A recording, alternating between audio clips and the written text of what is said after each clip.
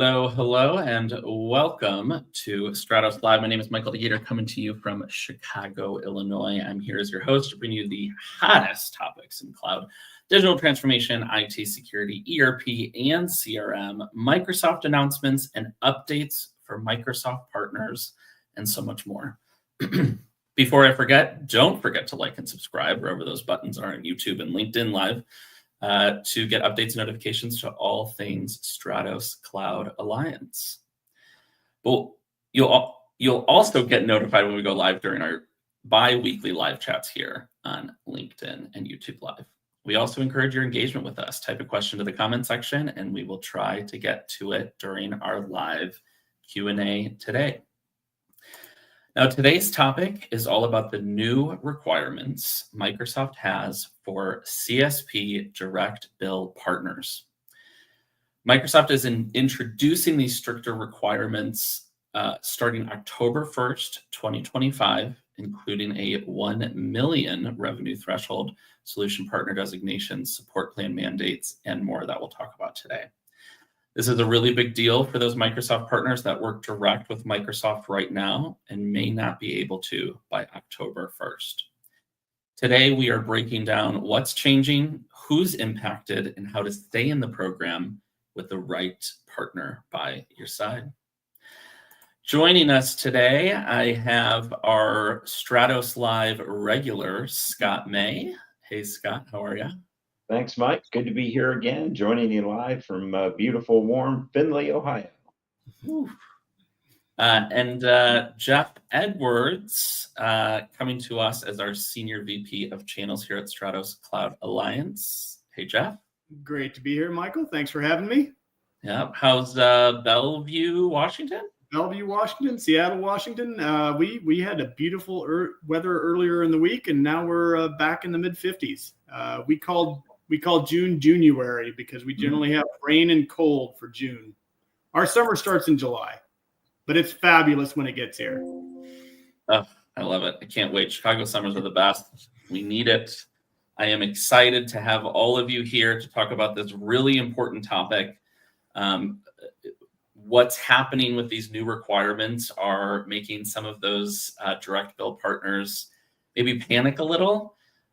Perhaps not fully understanding what this means and where they go from here, especially starting October 1st or whenever their renewal dates come up. So I want to get started, Jeff, asking you just the general question out there. What are these Microsoft CSP Direct Bill partner changes, and why do partners need to care right now? Yeah, specifically, the changes are in a significant increase in revenue requirement. It went from $300,000 to $1 million in CSP revenue per year. That's a big chunk for some of our, kind of small and mid-sized partners that are making the transition from on-prem to cloud. So that's a fairly significant jump. There's also, from an authorization perspective, the solution designation specific to the solution area that you're in. So in the past, you could get the solution designation, say in modern work, and get the incentives and the benefits from a biz apps perspective. That's also been changed to have that specific solution designation in each of the solution areas that you want to participate in. So I think that's a big one as well. There's a security score and a security requirement that is heavier than it's been in the past, something you need to pay attention to. Not necessarily something you can tick the box in, overnight. So that's a change. Even if you might have seen the security requirement before, this is a more stringent security requirement, and you continue to have the support plans, either premier support or advanced support for partners. So quite a jump up. A number of partners will need to go from direct bill, direct reseller with Microsoft into indirect. Of course, as an indirect provider, or what's now known as a disti distribution, we think that could be a great thing. Same back-end incentives from Microsoft. We give a lot of attention to our partners, high quality PDMs, lots of marketing and business building help. So making that move from direct to indirect can be an accelerator and should be an accelerator for your business, as opposed to any kind of threat or a step down. It could be a great catapult or a great accelerator for the business of the partner. Absolutely. And I think, one goal a partner could have would be to move into this distributor, program, and working with a distributor like Stratos Cloud Alliance can help accelerate and scale their growth, right, to maybe where they can go back to being a direct bill partner. I think those are always options available. I think, and Scott and Jeff, you may agree, the attention that you'll get from a distributor partner is probably going to be a little bit more than what you had as a direct bill partner trying to maybe get in touch more with Microsoft. Am I right in saying that? No, I think that's super. Oh, go ahead, Scott.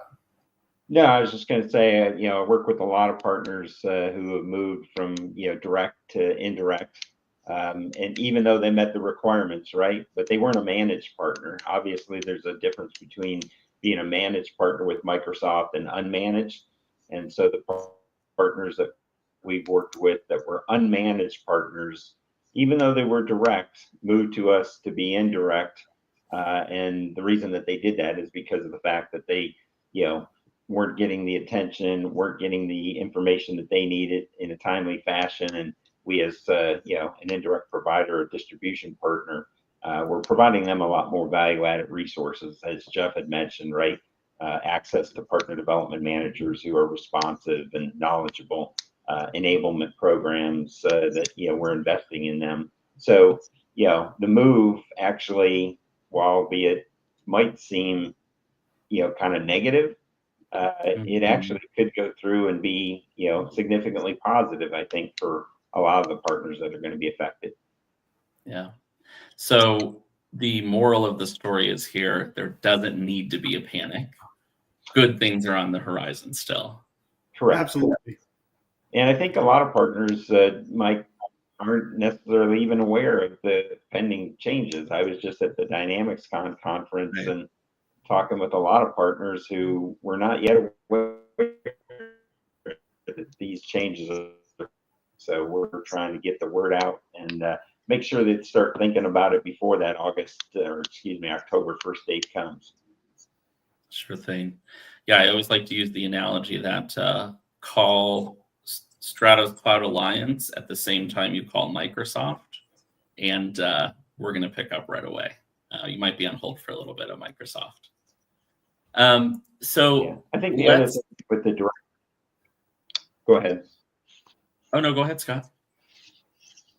I was going to say one of the other requirements with the direct bill, which can be significant, you have to have basically your own systems or what's called a marketplace to be able to go through and transact and do all of your billing and the infrastructure. And that can be a significant investment initially, probably upwards of $100,000. And then you have to go through and maintain that on your own, which, again, takes people and resources and money, which, certainly you don't have to go through and do as an indirect reseller because we provide that for you. Yeah. So, Jeff, who is most at risk? We talked about this a little bit, but who specifically that we can call out to our audience here is really going to be at risk for these new requirements? I think if you have some of our legacy partners that still have a significant number of GP and SL customers and are slow in making the move to the cloud, I think at some level that's most at risk. There is now a minimum $1,000 and monthly revenue to remain a partner, and you can actually be deauthorized as a partner for a year if you don't make that minimum requirement. But also in the past, you used to get incentives on CSP if you had the legacy gold and silver competencies. That was also ended largely. So now you're in a position where a significant portion of the back end incentive or all of the back end incentive kind of is not available to you any longer. So it really is a time to step up and and meet those requirements and drive the level of volume of business, which is, great for the partner's business and also obviously what Microsoft expects. But it's time to step on the accelerator and get that solution designation, drive the minimum revenue requirements in terms of cloud revenue that you need to have. Yeah. Scott, let's dive in a little bit into the specifics around what it really takes to stay a Microsoft CSP Direct-Bill partner. Obviously, we've talked about that sustained CSP growth and hitting that $1 million revenue threshold. And can we talk maybe a little bit more about solution partner designations, the premier support contracts, and new security standards? Yeah, and what I'd kind of preface it with is I'm already planning basically for these changes, right? Which a lot of partners don't know about them. Hopefully, we're educated. Now's the time to go through and really start doing that, because if you're a direct bill partner, your partnership basically could be at serious risk, and we don't want partners to get to October 1st and then be scrambling. So obviously, meeting the $1 million revenue requirement is going to be key. And Microsoft has stopped taking new direct CSP partners. I've talked to a couple partners who were in the process because they met the $300,000 requirement, and Microsoft, as of May, said, "Hey, we're not taking on any new direct CSP partners when the new requirement goes into effect." So certainly, you've got to take a look at that, see where you're at. The requirement will be at your annual renewal. So it's not October 1st, everybody gets, kind of chopped off, but when your renewal's up. The advanced support plans, you either have to have basically the basic one, which is at least $15K, if not more, or the premier support, which the premier support plan is about $50,000 annually. So, that's a significant cost for partners, which moving to the indirect model, you don't have to have either one of those. We provide support, and you can get support through us, as a indirect provider or distributor. The solution designations, as Jeff had mentioned, right? We still encourage partners to get the solution designation because it's valuable. But as an indirect reseller, you don't have to go through and meet any solution designation in order to still be able to resell. Whereas with the direct CSP, you're going to have to. They're making it easier for indirect resellers as well on the incentive side, right? In order to get the incentives on the back end above and beyond what we provide as a distributor to you on a margin, as a direct bill, you have to go through and meet the CSP solution designation requirements. Within the indirect realm, there's opportunities to still go through and get all of those back end incentives and not necessarily have to meet all of the solution designation requirements. And we help partners figure out, what incentives are out there, how they can go through and take advantage of them.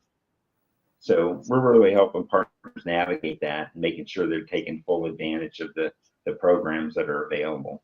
And then, as I mentioned before, Mike, another piece that we provide is an e-commerce marketplace, which we manage, we maintain, we update all the pricing. The partner doesn't have to spend time and resources worrying about that.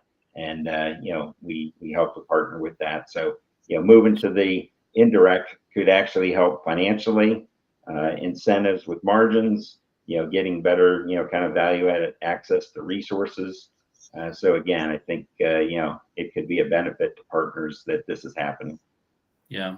And one thing I forgot to put up here was a little bit more detail on some of that security policy that's coming up as well. With that plus score. The security also applies to indirect reselling partners as well. Mm-hmm. So it's an important point that by October 1st, whether you're a direct bill CSP or you're an indirect reseller, you're going to have to go through and make sure that you meet the security score in Partner Center.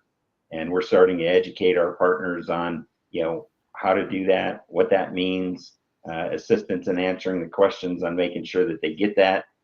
Because, as of October 1st, you're not going to go through and be able to transact CSP, whether you're direct or indirect, if you don't meet the minimum, security score with Microsoft within Partner Center. So that is a critical point, regardless of what program you're in, direct or indirect. Yeah. Jeff, what is the alternative? And we talked about this a little bit, but what do people do now? What do businesses do now? Yeah, where you're at as a partner, are you between that 300,000 and $1 million? And you really kind of, and perhaps today you are direct. Going to indirect is as Scott mentions, can save you a lot of money and can also help you drive more revenue. So it's not a negative step. I think there's a misconception that Microsoft back-end incentives are somehow split between the indirect provider or the distributor and the indirect reseller. In fact, the indirect reseller makes the exact same back-end incentives as a direct seller makes. So the revenue picture is still very strong. The enablement and support picture can be stronger. At least we like to think so from a Stratus Cloud perspective. Mm-hmm. We have great PDMs. We have live bodies that you can speak to. We have, tens of years of experience in the Dynamics world and the Microsoft world, and you can get a hold of us, right? So I think that space that Scott talked about, where you might be direct with Microsoft, but you're not managed, in reality, that's a tough place to be, and it's an expensive place to be. It's there's a lot of requirements in that, and requirements to spend money and requirements to meet certain requirements, where a lot of that goes away as an indirect reseller, but the revenue opportunity really doesn't. So I think that space really is well served by taking a look, and Microsoft is providing all the reasons or incentive in the world to take a look at that indirect relationship. Sure.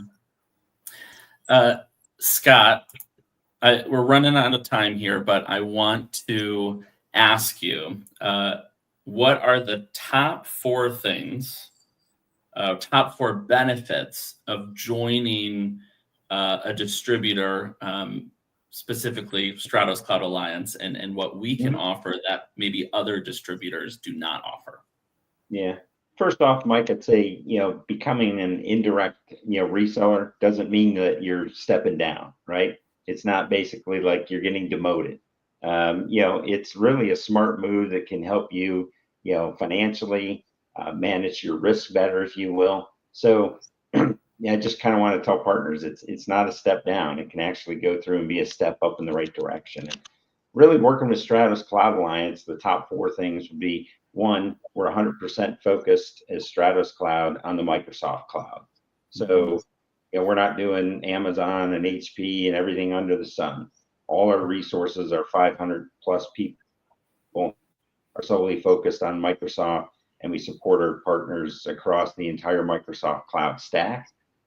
We do specialize within business applications. So certainly, partners that are doing Dynamics, we specialize in working with them.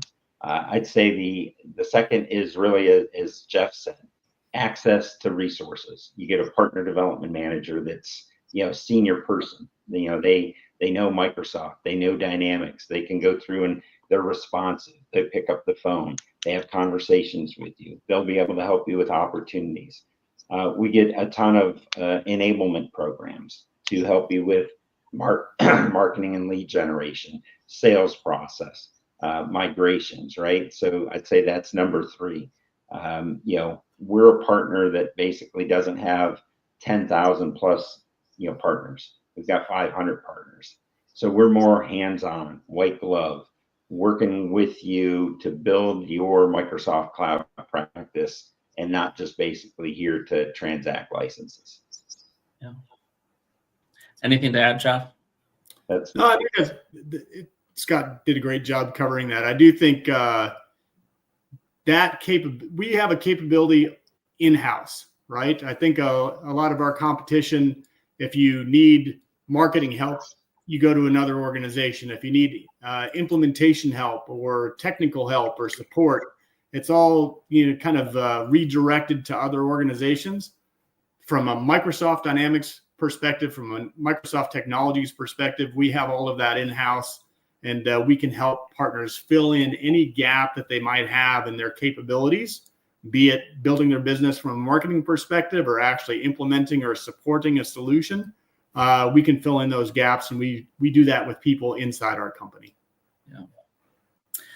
So gathering everything we've talked about today, Microsoft CSP Direct-Bill partners, what do you need to do right now? I'm going to kind of summarize it quickly. Evaluate your current CSP revenue. Take a look at your partner designations and what you need to get, what you need to strive for, and plan. It does take a while to get those. Look at your current support plans and evaluate how you can get your security score to that new requirement as well. Mainly determine whether you're on track to meet those new requirements well before your next renewal. And if not, it is time to start considering shifting to that distributor, or what was known as an indirect provider model, indirect reseller model, to avoid any disruption to you or your clients. Anything else to add to that, Jeff? I just go through and say, if you haven't started this process, now's the time to act. And, we here at Stratos Cloud Alliance can, help you map out that path, right? Ask us, we can go through it with you in more detail. We're here to go through and help, whether that means staying direct or moving to what we would consider the smarter direction and going the indirect reseller route. We're here to help. Reach out to us. We have a discussion either way. Sure, absolutely. Scott's a great guy to talk to. He's not going to sell yet. He's going to tell you how great we are, just like what we did today. But he's a valuable resource just to talk to about what the direct model looks like, what the indirect model looks like, and all the different questions you might have about this. So reach out, no obligation. And I know Scott or Jeff or myself would be happy to help. Cool. Absolutely. Well, Thanks, thank Mike. you both for being here. Really appreciate it. Please feel free to reach out to us on LinkedIn, whether that's Scott's, mine, or Jeff's personal LinkedIn profiles. You can also reach out to us at insider@stratoscloud.com. And I'll add some links into the comment section as well, so you can get your questions answered with Scott May. That is all for now. Thanks for joining. We'll see you all next time. Thanks. Bye.